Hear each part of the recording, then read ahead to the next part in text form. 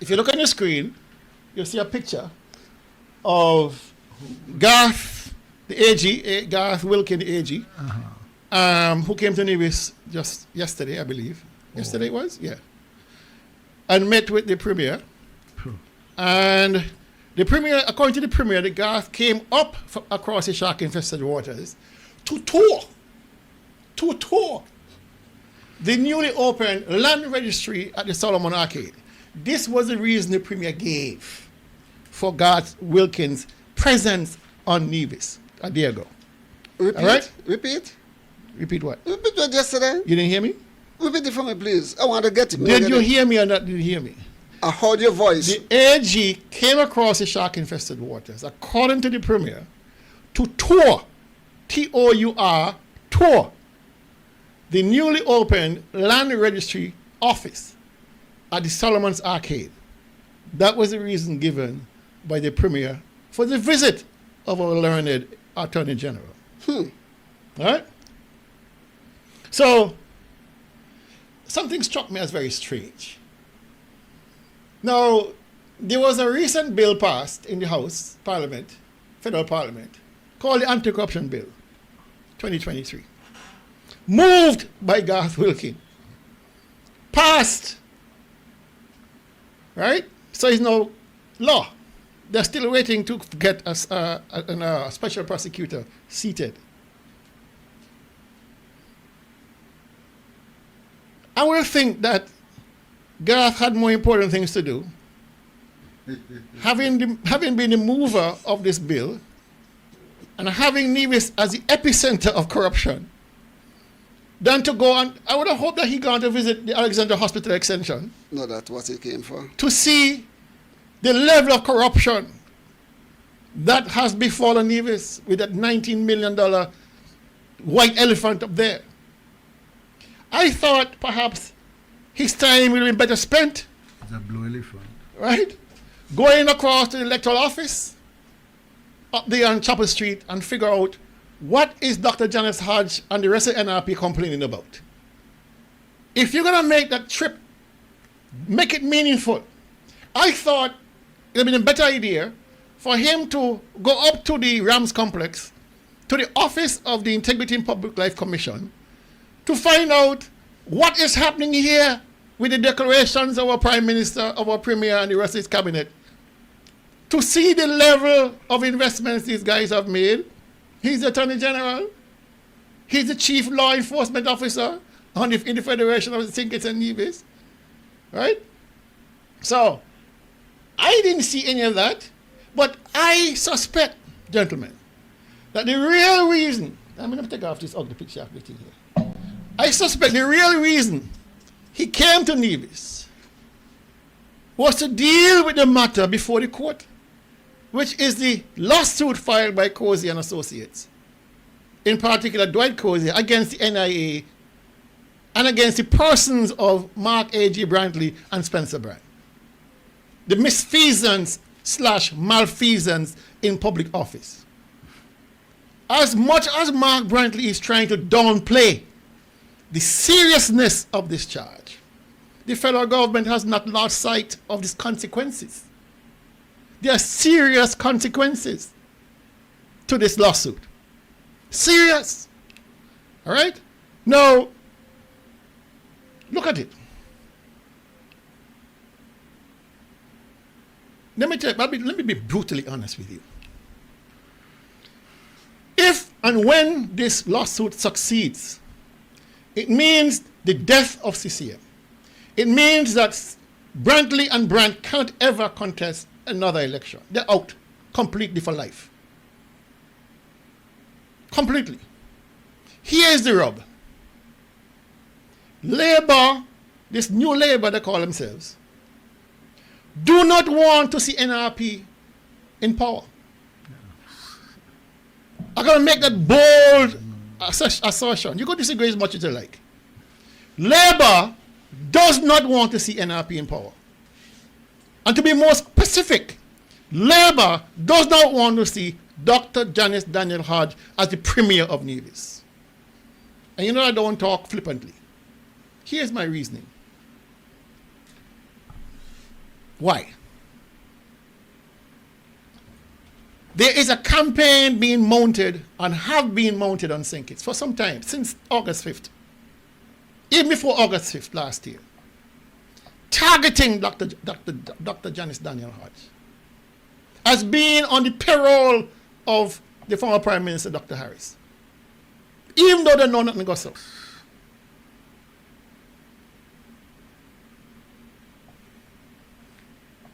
They believe that NRP and Dr. Hodge went down the wrong path with not forming an alliance with them prior to August 5th.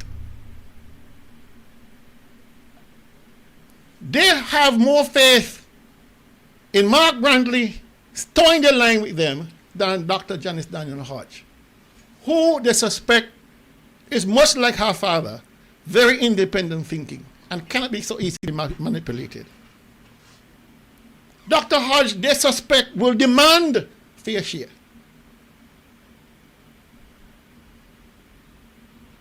They are bought into the argument, I believe, that Dr. Hodge is riding the coattails of Sir Simeon Daniel and somehow feel entitled. That's the same view held by Zook Jeffers.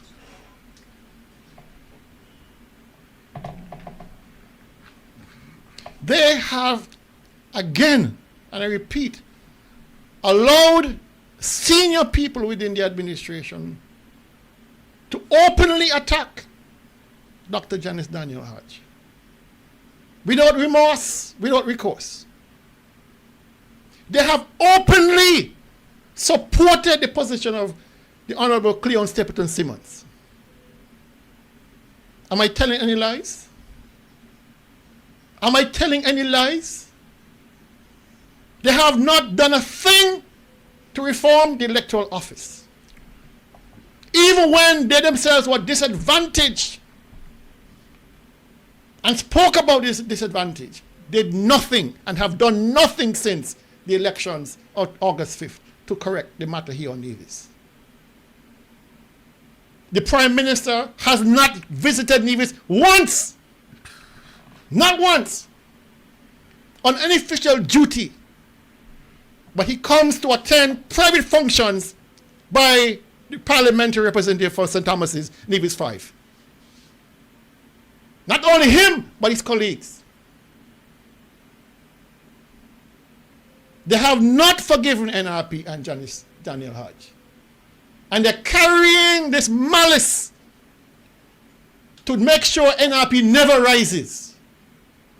Remember, in 1990, and before 1990, it was Labour money that created CCM. Sure. It was them who created that beast called CCM. Am I telling any lies on anybody? Mm-hmm. What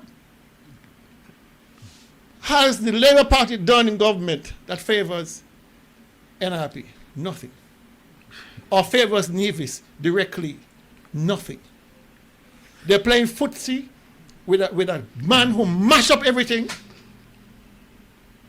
Why it doesn't take a genius to see the direction this government is going vis-a-vis NRP and our eventual rise to power. So this meeting with Garth, I suspect, was to strategize a way out to ensure that this matter never sees the light of day in court. The same way they colluded, I believe, with the election petition with Dr. Barton and J.D. Keynes. Now you must say, but Dale, you sound like a conspiratist. That's your belief. You sound like a conspiratist. Right? But there are too many pieces that are fitting together in this mosaic that making sense to me. It might not make sense to you, but it's making sense to me. And until I can be proven otherwise, I'm going to hold on to that. That is my take on that. Let me ask you a question. You said that the Labour Party has not forgiven Dr. Janice Hodge. My simple question is this. What did she do to the Labour Party? Because as far as I'm concerned, she didn't do many things, so why won't they forgive her? What are they holding against her? You must understand the dynamics of that period. There was no evidence at all that the PLP under Harris couldn't remain in power. And so it was an affront to the people of St. Kitts, and especially Labour people, that here it is, that there's a perfect opportunity to create a stronger coalition to get rid of Harris. And Dr. Hodge said no. We have traditionally remained out of the fray. We will support whoever the Kittians select and work along that line, like we have always done. That at that period of time, if it wasn't that toxic a relationship at that point in time with Dr. Harris and PLP and the rest, it might have passed.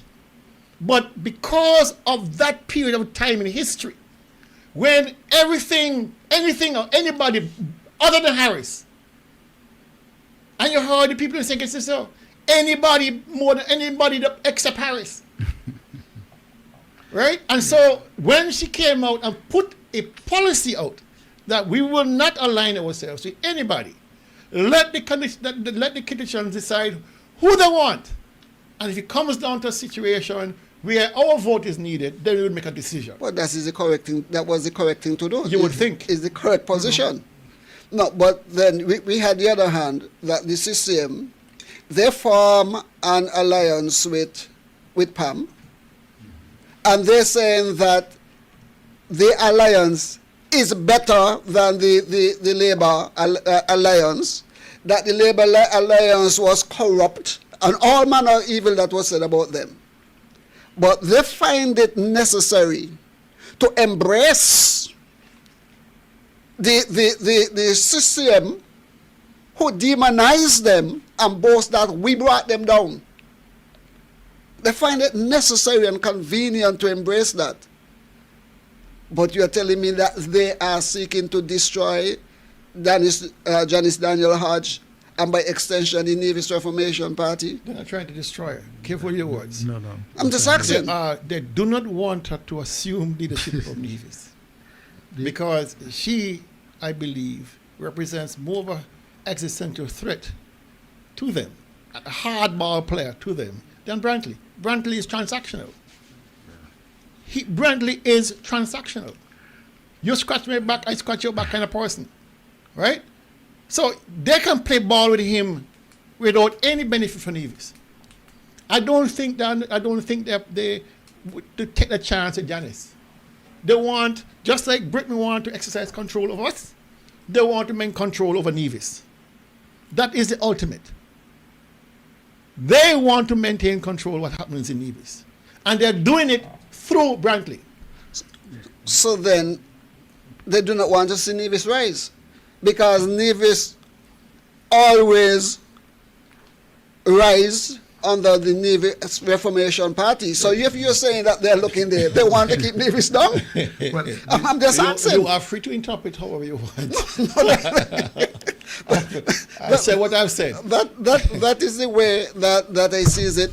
The thing though, the NRP party was founded, and it was founded by poor Nevisians who had an interest in the people of Nevis: Rowan Libert, Brother Philip, Harris Libert, Sonny Paris, and then later on they brought in Uriel Swanson and Ivor Seaton, and later on they brought in Simeon Daniel. We built NRP on its own with no help from St. Kitts. And you're right. The St. Kitts Nevis Labour Party is who built and helped to establish that concerned citizens movement, supported to be against the Nevis Reformation Party.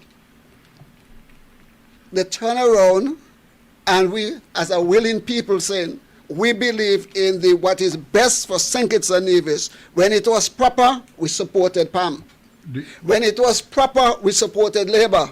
There is no history that we, the Nevis Reformation Party, since we came into office in 1983, had sought to destroy any political party in St. Kitts and has not been honest and fair with all the political parties that we work with. The history is clear, coming from the Premier of Nevis, that they did all that was in their power to destroy the St. Kitts Nevis Labour Party. And the former Premier spoke about jamming them in the solar plexus. Right. And so to take it out against us, the Nevis Reformation Party, I find that very vexing. But I say simply that, and I have always believed this, that until, and I think the people of Nevis are arriving at that point, that to develop the country, and we don't depend on anybody else. So our sense of independence and our sense of development is guided by the people who run the party. Okay? So we don't worry about anybody else. Let's go. It's a good jumping off point for perhaps the last item we have time for today.